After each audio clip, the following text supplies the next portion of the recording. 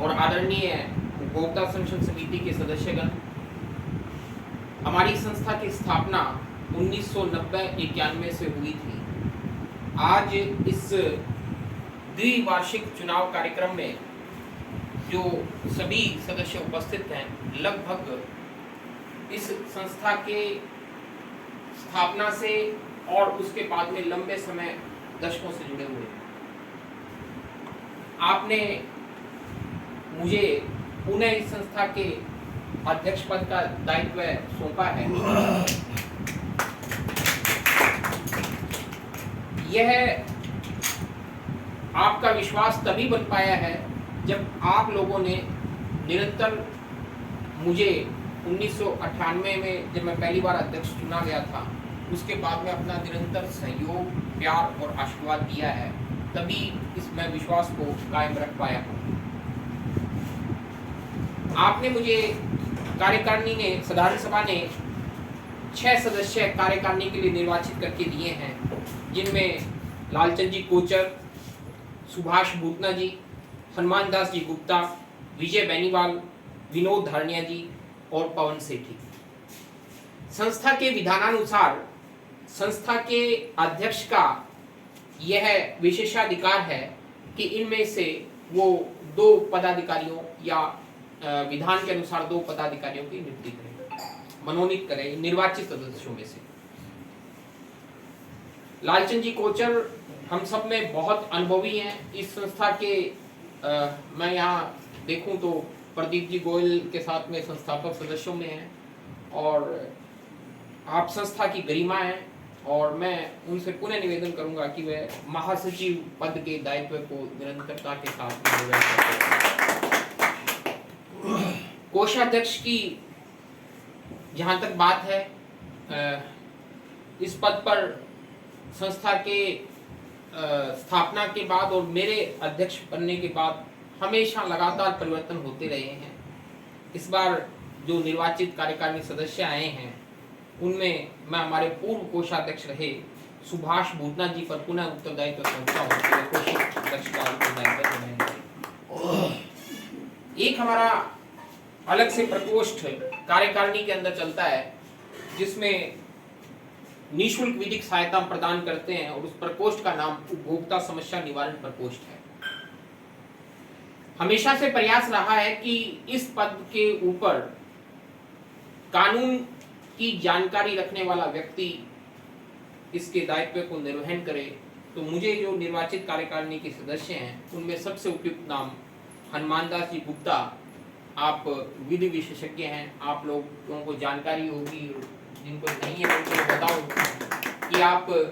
राजस्थान विश्वविद्यालय जब गरिमामयी होता था, उस समय के विधि में स्नातकोत्तर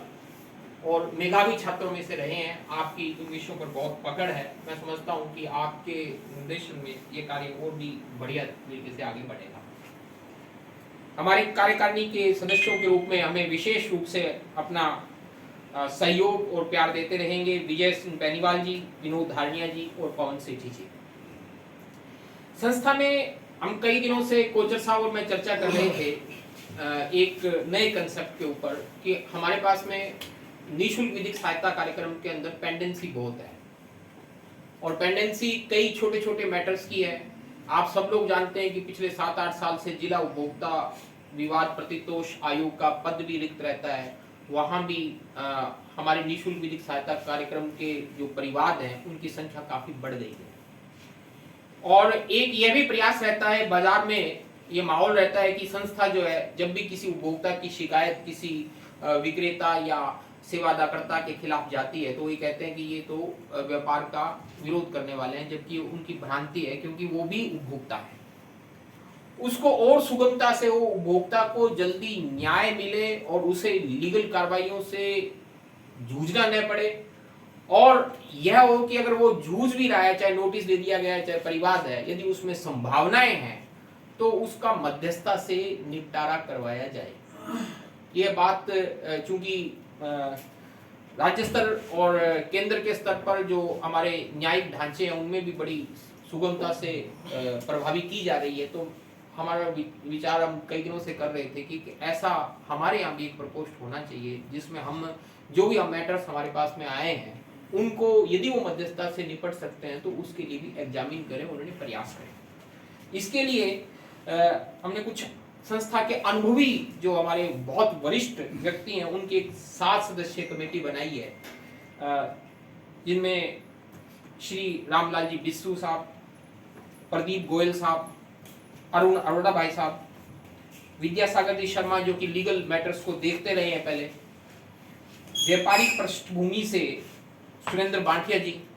सोनलाल जी मरेजा साहब और शिव आहूजा जी को हमने इसमें सम्मिलित किया है।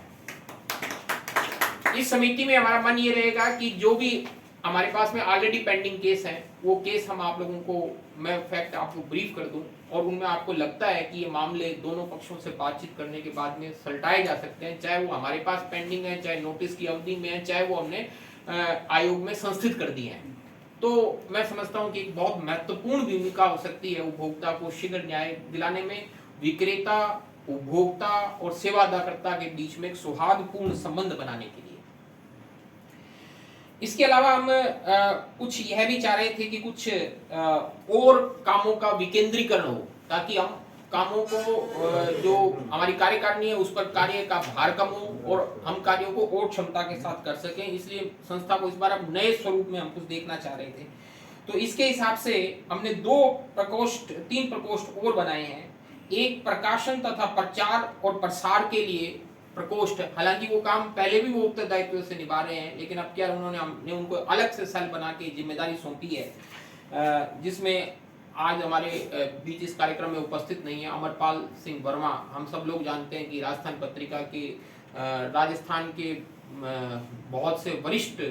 संवाददाताओं में, जिला संवाददाताओं में आप रहे हैं, आपने विधानसभा को भी कवर किया है और आप संस्था के मामलों को भी लंबे समय से कवर करते रहे हैं। आप और सतीश जैन साहब दोनों पर ये जिम्मेदारी होगी कि चाहे वो समिति के कोई जो भी प्रकाशन होते हैं, उपभोक्ता जागरूकता से संबंधित कार्य होते हैं या कोई कंप्लेंट्स का प्रकाशन है, फोल्डर्स का प्रकाशन है, अखबार का प्रकाशन है, या आप ये समझिए कि कहीं और हमें मीडिया के अंदर कोई बात कहनी है, तो आप दोनों जो है इसके लिए अलग से एक प्रकोष्ठ की स्थापना की गई। इसके अलावा हमारा शुरू से प्रयास रहा है कि हम ग्रामीण क्षेत्रों में काम करें। पिछली बार हमने इसी उद्देश्य से सुखमंदिर चौधरी साहब को कार्यकारिणी में सम्मिलित किया था ताकि हम गांवों से सीधे जुड़ सकें। इसको भी हमने एक ग्रुप में प्रकोष्ठ के रूप में बनाने का काम किया है ताकि काम तेजी से चल सके। इसमें सुखविंदर सिंह मान साहब को लिया है। इसके अलावा अमरपाल सिंह जी सिद्धू जो संतपुरा से हैं उनको सम्मिलित किया है, वो सक्रिय व्यक्तित्व हैं, वो भी इस बात को गाँव में अच्छी तरीके से ले जा सकते हैं। और तीसरा, इसमें हमारी समिति के बहुत लंबे समय से, दशकों से जुड़े हुए हैं हनुमान सहू जी, उनको हमने इसमें सम्मिलित किया है कि वो इस कार्य की जिम्मेदारी को उठाएं ताकि हमारा जो ऑफिस है उस पर भी भार कम हो सके और वो काम बढ़ के तेजी से बढ़ सके। महिलाओं के लिए अलग से जागरूकता प्रकोष्ठ की स्थापना की गई है और इसका उत्तरदायित्व जो पिछले कार्यकाल के अंदर हमारे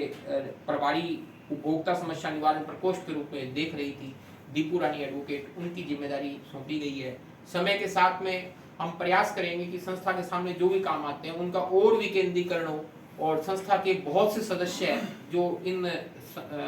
सम्मिलित नहीं है, कार्यकारिणी में सम्मिलित नहीं है या इन प्रकोष्ठ में सम्मिलित नहीं है, उनको भी अलग अलग जिम्मेदारी देकर और एक समूह और संगठन के रूप में हम काम कर सकें और इसी सौहार्द के साथ में उपभोक्ता जागरूकता की बात को हम राज्य स्तर पर और राष्ट्रीय स्तर पर ले जाने में सफल रहे हैं, इसे बहुत मजबूती से और लागू कर सकें। आपको एक जानकारी और देना चाहूँगा कि हम पिछले 4 साल से भारतीय दूरसंचार विनियामक प्राधिकरण के पंजीकृत उपभोक्ता समूह के सदस्य थे। इस बार हमारा नवीनीकरण होना था, आगे के 2 वर्षों के लिए हमें पुनः हमारा नवीनीकरण हो गया है। हम पर वह जिम्मेदारी की है और वह एक बड़ी जिम्मेदारी है कि हमें देश की सर्वोच्च संस्थान है जिसमें केवल 55 के करीब लोग पूरे देश से हैं, संगठन पूरे देश से हैं, उसमें वो जिम्मेदारी निभाने का अवसर मिल रहा है और ये सब चीज़ें हम इसको करेंगे। एक इस बात को विराम देते हुए मैं आप लोगों से एक बात और शेयर करना चाहूँगा, वही करना चाहूँगा कि हमें एक नया मुकाम उपभोक्ता जागरूकता के लिए मिलने वाला है। आप लोगों के सहयोग से एक दूसरी संस्था, आप यूँ कहिए कि आपकी दूसरी संस्था social common cause revolutionary education society को रेडियो स्टेशन की मान्यता 2019 में मिल गई थी और आज मैं कह सकता हूँ कि हम शायद पूर्णतः आप लोगों के सहयोग से पूर्ण संभावना के साथ उसे 22 तारीख को उसका प्रसारण शुरू हो जाएगा और वहाँ उपभोक्ता जागरूकता के लिए इस समिति को एक स्थायी मंच मिल जाएगा जहाँ से हम अपनी बात को आगे ले सकेंगे, हमारे कार्यों को बढ़ा सकेंगे।